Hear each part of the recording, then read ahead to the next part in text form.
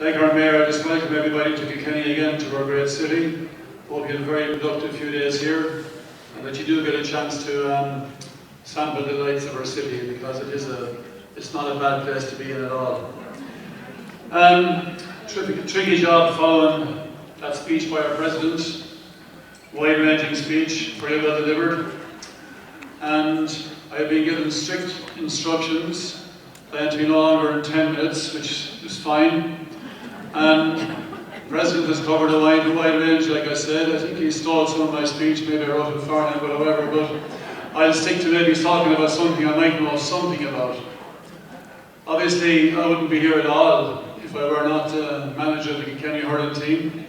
I'm just an ordinary principal of a primary school in Kilkenny here, teaching for the past 40 years, principal in my 4th year, so I served a long apprenticeship.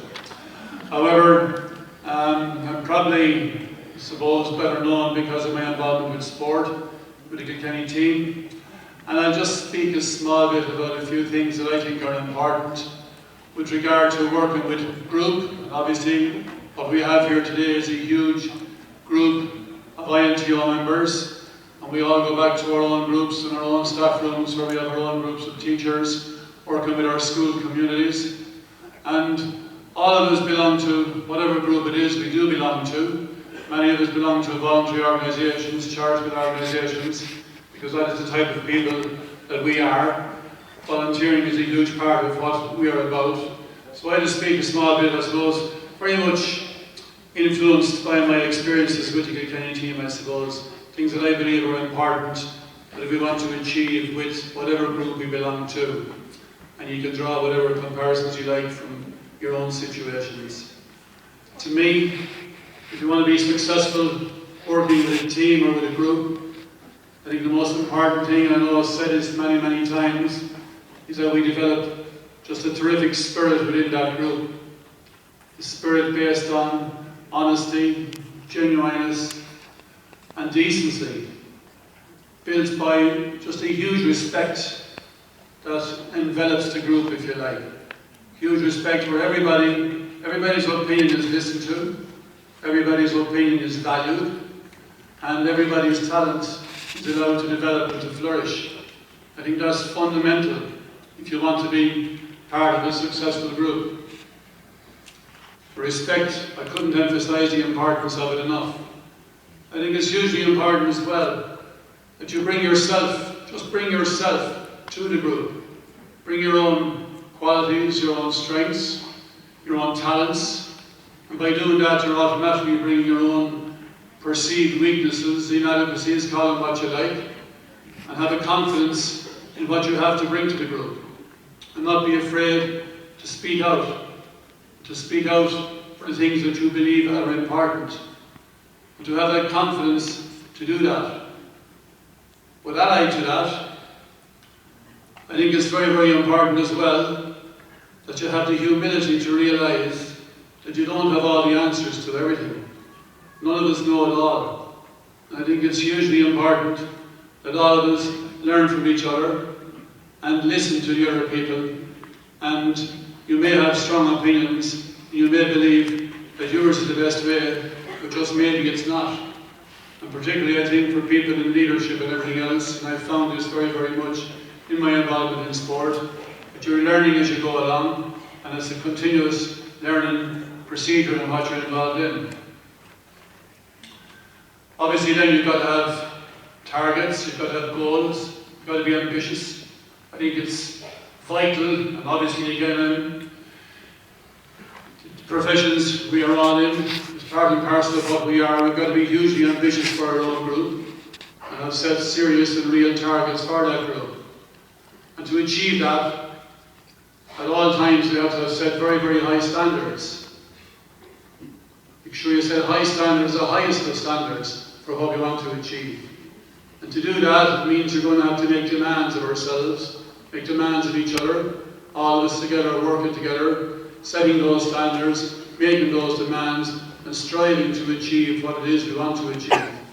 And again, I know I'm speaking to people who do that on a daily basis, as our President has said, but those are the things that I believe are hugely important and certainly my own sporting experience, it's what I suppose we have strived to do at all times. That confidence that I spoke about is hugely important, without a shadow of a doubt. And then as we go along, as we're working towards the things we're working towards, we're going to experience success, failure is probably a bit strong to use, setbacks, disappointments, as part and parcel of our working lives and part and parcel of whatever lives we're involved in. For me, it's very much part of my sporting life, of course.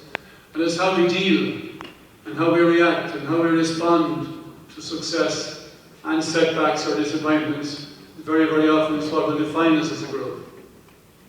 And the reality, I think, is that it's more difficult to deal with success than it is to deal with failure.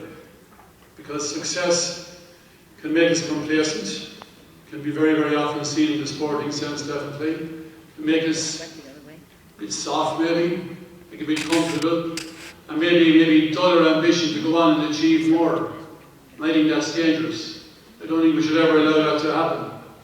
I think it's hugely important, and when we do experience success, that we strive for more. That we, as they say in the sporting term always, you raise the bar, you look for more, you look for greater challenges. Because to me, sport, life, whatever it is, it's all about taking on the challenges that are out there. There's loads of challenges out there. And again, I'm speaking to people who are doing it again on an hourly basis, taking on challenges in very, very tough circumstances and situations, like our President has said. But I'm merely here speaking on just my own thoughts about the thing. So, dealing with success, make sure that it doesn't make it too comfortable, too complacent, and always looking for more. I suppose dealing with setbacks, dealing with disappointments, if you're hard set on achieving something, and it doesn't happen for you, you don't do it. Competitive instinct that is part and parcel of all of us should really drive us on to redouble our efforts, to look maybe at different ways of achieving it, thinking outside the box, whatever way you want to put it, and to get out there and to get after it again. One thing I would always think, and again, maybe a bit tough at times to think of it, but certainly in the sporting sense I would always use it.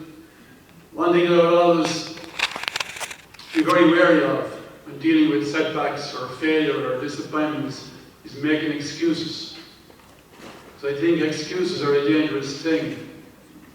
Because if you make excuses for not achieving something, and I suppose I'm thinking maybe of winning championships, whatever it is here, it kind of makes losing acceptable.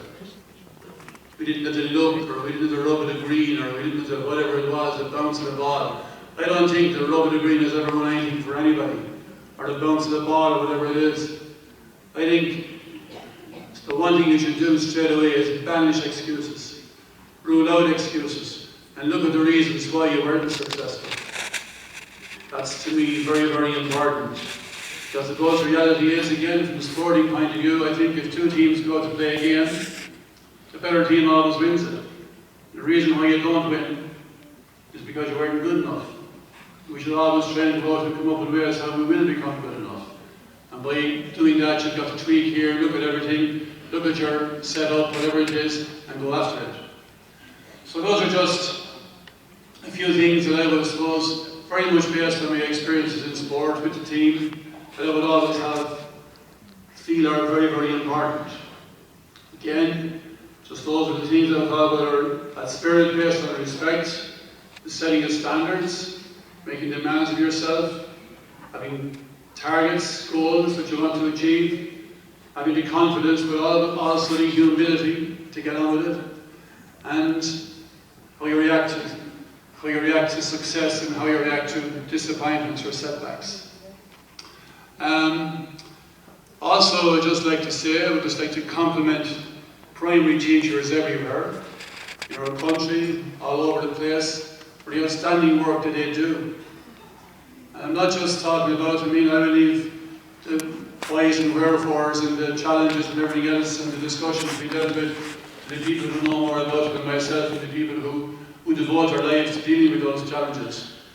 But I'd just like to compliment everybody on not just the work they do in their hourly day, or whatever it is, particularly the work they do in a volunteering capacity, the work that they do outside of office hours, the work that they do for the youth from a sporting point of view, from musical, concerts, plays, dramas, whatever it is you're involved with. Because teachers volunteering with working with children is happening all over the country. In lots of ways, it's essentially what's keeping our society going. And that has been the case for a long number of years. And I would just compliment everybody on that. I think we're all duty bound to pass on that sense of volunteering to the children that we work with every single day. Because if that volunteerism ever disappears from our society, then we're really going to be in a sorry state. Then we will really have a recession. But thanks be to God, the generosity of so many people sitting here in front of me, primary teachers all over the country for years, have been doing that work. So well done for that. And finally, I would just like to congratulate the INTO for the work they do. No doubt there will be praise and criticism coming in various directions over the next couple of days, but they do what they have been doing for years, representing teachers in so many ways. I would congratulate them for it, wish them well, and hope over the next few days they have a very successful time. Thank you very, very much.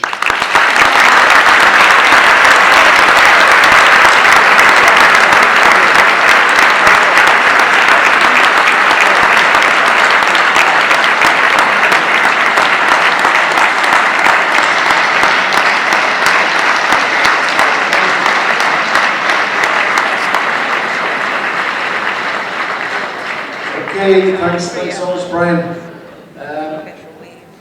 I want to introduce Nicola Myrna. Every year the INTO runs a draw, and it's for a very good cause, which is the Children's Medical Research Fund, and we gather between